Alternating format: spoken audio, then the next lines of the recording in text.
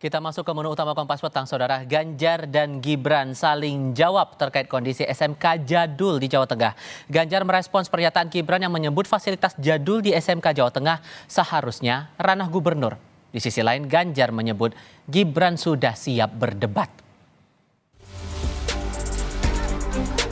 Capres nomor urut 3, Ganjar Pranowo menanggapi pernyataan Wali Kota Solo yang juga Cawapres nomor urut 2 Gibran Rakabuming Raka soal fasilitas SMK di Jawa Tengah yang disebutnya jadul. Menurut Ganjar, dengan fasilitas SMK yang disebut Gibran jadul telah menghasilkan lulusan yang siap pakai. Ganjar menilai apa yang disampaikan Gibran sebagai kritik, sekaligus gambaran bahwa Gibran telah siap tampil dalam debat Capres dan Cawapres.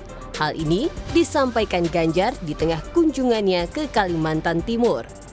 Jadul aja bisa menghasilkan tenaga kerja siap pakai ya, apalagi modern. Dan saya senang karena beliau memberikan catatan. Jadi ini sangat bagus sekali buat saya. Kelihatan kalau beliau pun siap debat gitu ya. Jadi agak fitnah itu yang mengatakan beliau tidak siap debat gitu. Sebelumnya dalam dialog dengan para santri di Pondok Pesantren Asyidikiyah di Kota Tangerang, Banten 4 Desember lalu, Cawapres nomor urut 2 Gibran Rakabuming Raka menyinggung fasilitas komputer SMK di Jawa Tengah yang disebutnya jadul. Namun, saat dirinya menjabat sebagai wali kota Solo, pemerintah kota Solo telah mengganti komputer-komputer tersebut dengan yang baru. Dulu itu waktu awal-awal saya menjabat di Solo itu kita kunjungan ke beberapa SMK ya. Sebenarnya SMK itu bukan ranahnya wali kota sih, tapi ranahnya gubernur. Tapi karena keadaannya kurang baik, kami memberanikan diri untuk membuat konsorsium. Jadi itu isinya perusahaan-perusahaan besar. Jadi sebelumnya mungkin yang mohon maaf mungkin komputernya masih jadul atau alat-alatnya itu masih sangat tidak terupdate. Ini kita update semua. Saling kritik soal program antar pasangan Capres-Cawapres bisa jadi dasar pertimbangan bagi pemilih di Pilpres nanti, termasuk adu gagasan di forum terbuka antar Capres-Cawapres yang digelar publik. Tim Liputan, Kompas TV. Ganjar dan Gibran saling jawab terkait kondisi SMK Jadul di Jawa Tengah. Lalu apa maksud dibalik respons jawaban Ganjar yang menyebut Gibran sudah siap debat? Kami akan diskusikan ini bersama dengan para narasumber. Saya sapa dulu untuk dua narasumber yang sudah bergabung lewat sambungan dalam jaringan. Sudah bergabung Ketua Prabowo Mania Immanuel Ebenezer dan juru bicara tim pemenangan nasional Ganjar Mahfud Ciko Hakim. Abang-abang sekalian, selamat sore, apa kabar? Selamat sore, kabar baik. Terima kasih sudah bergabung. Sementara di studio juga sudah bergabung saat ini Direktur Eksekutif Parameter Politik Indonesia, Adi Praitno. Mas Adi, apa kabar? Apa kabar, Tifal? Alhamdulillah, sehat selalu. Kabar baik, terima kasih sudah bergabung semuanya. Saya ke Anda dulu, Bang Noel. Jadi sentilan soal program SMK dari Mas Gibran itu tujuannya buat apa? Ini kan yang dibicarakan kan, misal kayak komputer yang sudah tua, sudah tidak layak pakai, dia berharap siapapun nanti pemimpinnya itu bisa membenahi soal fasilitas-fasilitas di pendidikan di SMK, khususnya di Solo, kemudian Solo di general ya Jawa Tengah, ya iya Jawa Tengah. Nah, Mas Ganjar meresponnya menurut saya positif-positif aja gitu, tidak ada yang lebay lah ya menurut saya. Tapi kan Ganjar mengklarifikasi bahwa Mas Gibran itu sebenarnya orang yang siap dengan debat, apalagi beliau menyampaikan data dan fakta terkait SMK yang komputernya lantas alat peraga pendidikannya itu sudah sangat tidak relevan lah, kira-kira gitu. Jadi apa yang disampaikan Bang Noel? Terputus audionya Bang Noel, mohon maaf, kita akan coba perbaiki komunikasi dulu dengan Bang Noel. Tapi kalau merespons dari pernyataannya yang disampaikan oleh Mas Gibran tadi, Bang Ciko, Anda meresponnya gimana? Betulkah ini sebuah semacam warming up dari Gibran bahwa dia ternyata siap debat loh? Begitu dari TPN meresponnya? Bagi kami, kita membahas sedikit ya kemarin ya ketika mendengar respon statement Gibran. Dan kami menganggapnya ini keren. Ini keren dan inilah yang kami tunggu-tunggu, dan saya yakin ini yang rakyat Indonesia dan pemilih menunggu-tunggu dari Gibran, untuk beliau menyampaikan gagasan, ya kan, mulai menunjukkan diferensiasi antara dirinya dengan kandidat-kandidat lain di kontestasi Pilpres ini, dan ini akan menjadikan kontestasi Pilpres ini semakin menarik dan seru. Dan ini saya rasa suatu nilai tambah untuk Gibran.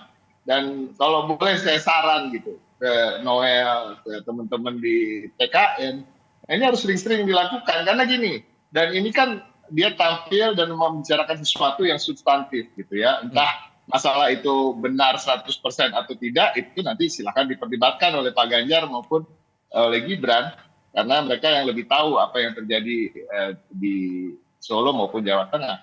Tapi pada prinsipnya ini sangat baik dan positif, dan ini akan menepis gini loh, kalau sampai Prabowo Gibran itu menang, tapi dalam perjalanan kampanyenya tidak pernah ngomong apa-apa, orang akan curiga akan kecurangan. Nah, kalau begini kan seru. Ini ada tektokan, ada kritikan yang berbasis data, ya kan?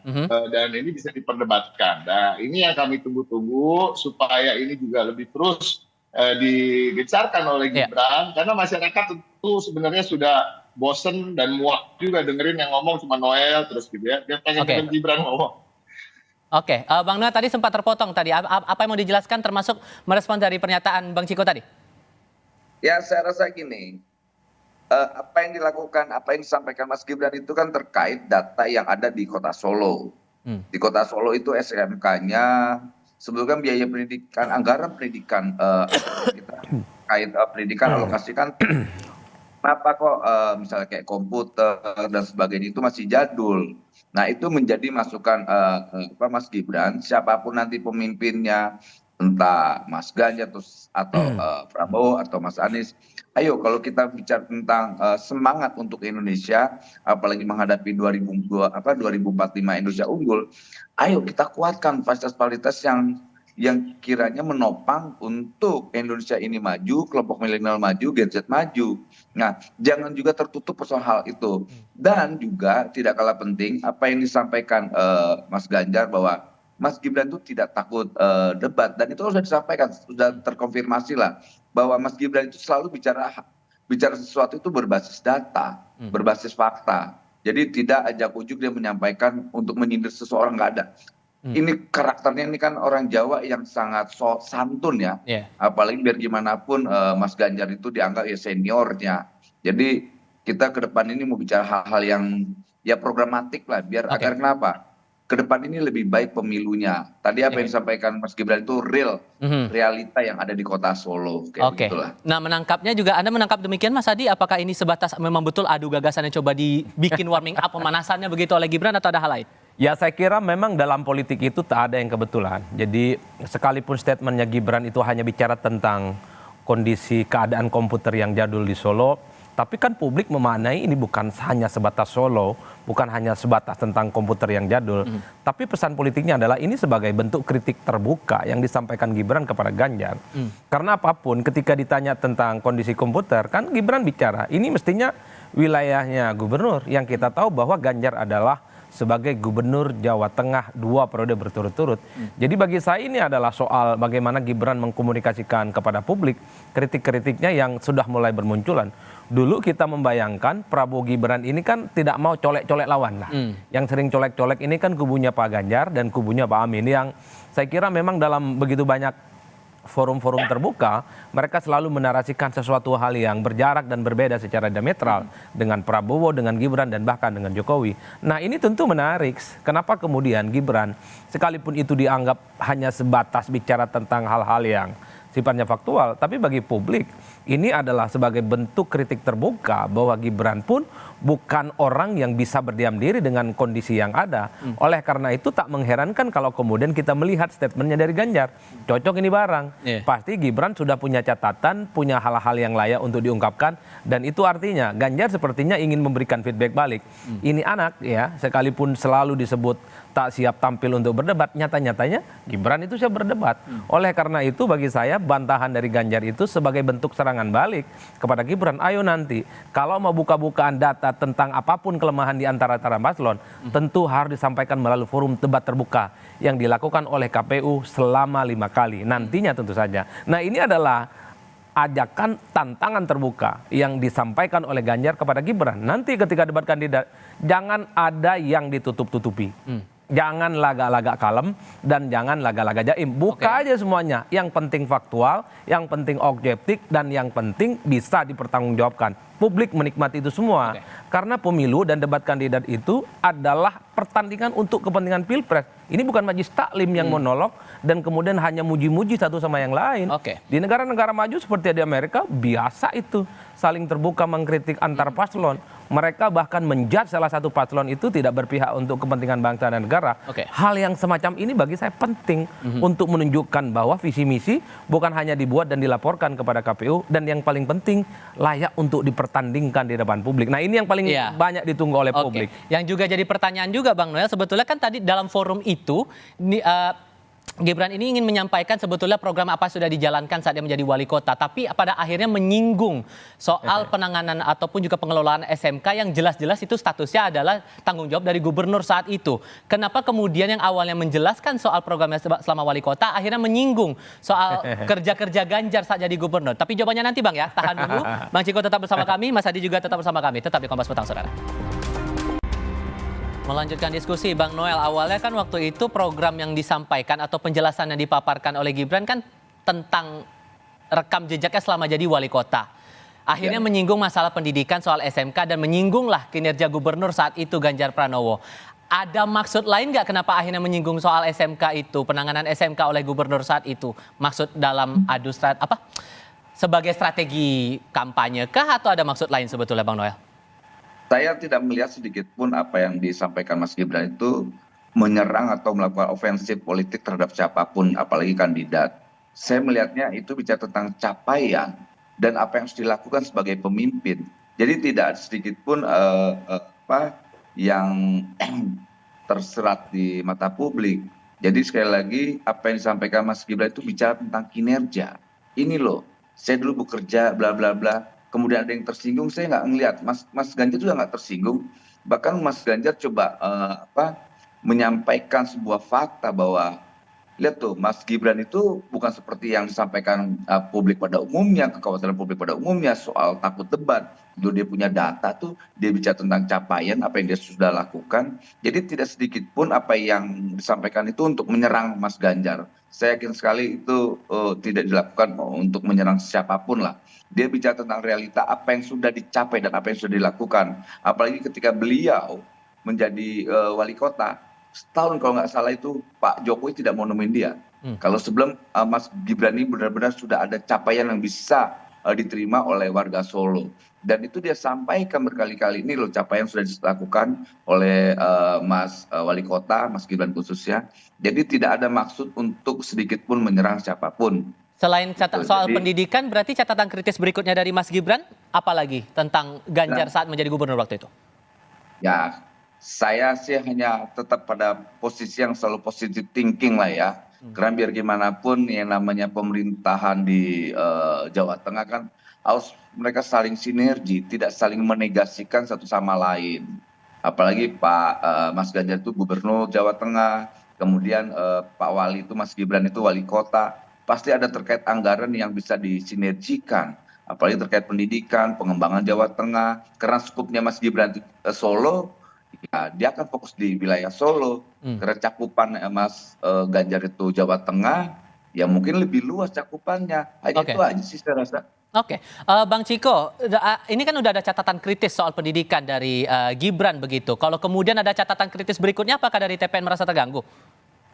Enggak sama sekali. Bahkan gini, tapi kan tadi saya sampaikan, apa yang disampaikan Gibran tadi, bukannya tidak benar, tapi kan tidak mungkin tidak 100% kejadian yang sesungguhnya. Karena sebenarnya kan pembentukan konsorsium di Solo tersebut ketika untuk pengadaan komputer itu bersama-sama juga dengan Pak Ganjar. Tapi nanti itu biar aja, nanti makanya Pak Ganjar bilang, nah ini menarik dan ini silakan nanti kita saling buka dan kita bisa adu gagasan, adu rekam jejak, dan apa yang disampaikan itu nanti bisa disinkronkan. Tapi ini it's a good start. Ini awal yang bagus menurut kami dalam kita bicara dalam koridor demokrasi kita, dan ini memajukan demokrasi kita, memajukan cara-cara kampanye kita. Ini adalah progres di masa kampanye.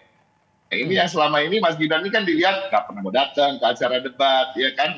Ketika orang belum mulai kampanye dia ngumpulin kepala desa, ya kan? Ketika mulai kampanye dia kerja. Nah justru ini tindakan-tindakan ini saya rasa akan menjadi lebih baik kalau Mas Gibran lebih banyak bicara gagasan dan pencapaian-pencapaian beliau, dan ini apapun itu isinya kami menerima, ya kan? Kan tinggal kami sanggah aja kalau itu nggak benar, Pak. Jadi ini bagian dari strategi kampanye menurut TPN, Bang Ciko? Bagi Gibran, ya seperti Mas Adi Pray tadi sampaikan, tidak ada yang kebetulan dalam politik, ya kan? Orang mengeluarkan statement walaupun pendek, ya kan, sentil-sentilan dan lain-lain, itu semua harus dipikirkan karena masa kampanye ini sangat pendek untuk tidak kita merumuskan apa-apa yang akan kita kerjakan maupun katakan di publik. Oke. Kalau menurut Anda Mas Adi, ini sebagai upaya Gibran untuk menjatuhkan elektabilitas Ganjar atau justru berbalik atau gimana sebetulnya? Secara umum begini, dalam teori komunikasi politik, Pilpres itu semacam pertandingan orang yang panjat dinding. Satu sisi dia naik merangkak, tapi pada sisi yang lainnya kalau bisa lawan-lawannya itu diturunin, di downgrade. Nah ini yang lazim dilakukan dan terjadi pada semua calon. Satu sisi pasti calon ini bicara tentang success story yang terjadi pada dirinya. Entah dia itu sebagai wali kota, entah dia sebagai menteri, ataupun sebagai pejabat publik seperti gubernur. Dia bicara hal-hal yang sukses. Tapi pada saat yang bersamaan dia bilang bahwa kontestan yang lainnya itu negatif, buruk ya. Kemudian komputernya jadul, tidak oke dan seterusnya. Ini yang saya kira akan lazim terjadi dalam kompetisi ke depan. Begitupun dengan kubu-kubu yang lain. Kubu Anies misalnya juga sering mengatakan bahwa Anies adalah gubernur yang terbukti di Jakarta dan yang lain tidak pernah terbukti. Begitupun dengan Ganjar. Ganjar adalah orang yang 2 kali jadi gubernur, 2 kali jadi anggota dewan, yang nyaris tidak pernah terjadi pada calon-calon yang lain. Yang ingin saya katakan adalah ini adalah hal rumlah dalam komunikasi politik. Oleh karena itu, ini bagi saya adalah satu sinyalmen bahwa perdebatan nanti yang akan dilaksanakan oleh KPU selama 5 kali, bagi saya ini adalah moment of the truth dalam tanda kutip, sebagai bentuk pembuktian sebenarnya siapa punya basis argumen, punya basis data, dan punya hal-hal yang bisa dipertanggungjawabkan secara rasional. Bagi saya, bagi kita semua, terutama publik, sedang menunggu betul apakah kritik dari Mas Gibran ini juga akan berlaku pada calon-calon yang lain. Bahwa ketika mereka misalnya bertanding tentang politik, tentang pertahanan, tentang hukum, tentang HAM, dan seterusnya, semua buka-bukaan. Ini adalah panggung yang saya kira memang layak untuk kita tunggu. Bukan hanya colek-colek di belakang, ngedumel di belakang, tidak saling terbuka di depan panggung. Oke, kalau yang dinyatakan oleh Gibran tadi itu menurut Anda apakah sudah langsung debat terbuka atau baru sindir-sindiran kecil aja? Bagi saya bukan sindiran, ini jelas kok ingin bilang bahwa komputer ya di SMK zamannya Pak Ganjar nggak benar, nggak beres, sudah itu saja. Dan pada saat yang bersamaan Gibran ingin bilang waktu jadi wali kota di Solo bisa dibuktikan banyak hal dan banyak prestasi yang sudah dicapai. Tapi kata Ganjar, ini siap debat ini, tunggu nanti tanggal mainnya. Apakah tuduhan-tuduhan itu bisa faktual, bisa dipertanggungjawabkan, atau justru sebaliknya? Ini yang kita tunggu bersama nantinya. Bahwa calon presiden dan wakil presiden jangan pernah jaim, sampaikan itu dengan baik sekalipun itu pahit. Kulil haqqu walau kana murron. Itu dia. Nah, kalau kemudian sudah dinyatakan gagasan nih dari Mas Gibran di forum bersama dengan relawan, Bang Noel, apakah kemudian nanti gagasan dari Mas Gibran ini bakal disuarakan juga untuk debat-debat atau diskusi publik selain daripada debat yang akan kita nantikan di debat pertama begitu? Ya, saya yakin itu akan terjadi lah. Kan orang ini sedang menunggu apa yang akan dilakukan Mas Gibran, apalagi tuntutan publik soal tampilnya Mas Gibran di forum-forum debat. Tapi saya rasa begini, soal debat boleh penting, tapi lebih penting adalah bicara tentang hasil kerja. Hasil kerja itu saya rasa itu lebih diterima oleh publik daripada hasil debat. Karena yang ditunggu oleh publik hari ini kan hasil kerjanya. Hasil kerjanya apa? Kalau debat kita capek, karena ini kan debat ini kan budaya barat yang sebetulnya ya kadang-kadang bisa diterima, kadang-kadang juga enggak. Tapi saya bukan orang kelompok yang anti debat, tapi saya yakin dengan jenuhnya publik hari ini yang dibutuhkan adalah hasil kerja. Karena kerja ini menghasilkan yang namanya kesejahteraan. Kalau hasil debat menghasilkan konflik. Dan kita kan mau hasil kerja biar rakyat itu sejahtera. Biar ada gagasan di situ. Nah, Bang Ciko, strategi apa mungkin akan dikedepankan? Karena ini sudah mulai ada adu gagasan juga di awal-awal begitu. Strategi dalam apa nih? Menghadapi debat? Atau strategi Adu gagasan semacam ini yang sudah mulai begitu. Bahkan belum ada debat juga. Bagi Pak Ganjar dan Pak Mahfud kan udah terbiasa dengan adu gagasan, menyampaikan visi misi setelah kampanye atau di masa kampanye mereka selalu mengelaborasi kepada publik apa yang mereka akan kampanyekan ketika berkunjung ke Nusa Tenggara Timur misalnya. Membicarakan soal fokus soal pendidikan, kesehatan, dan kesetaraan bagi perempuan maupun disabilitas.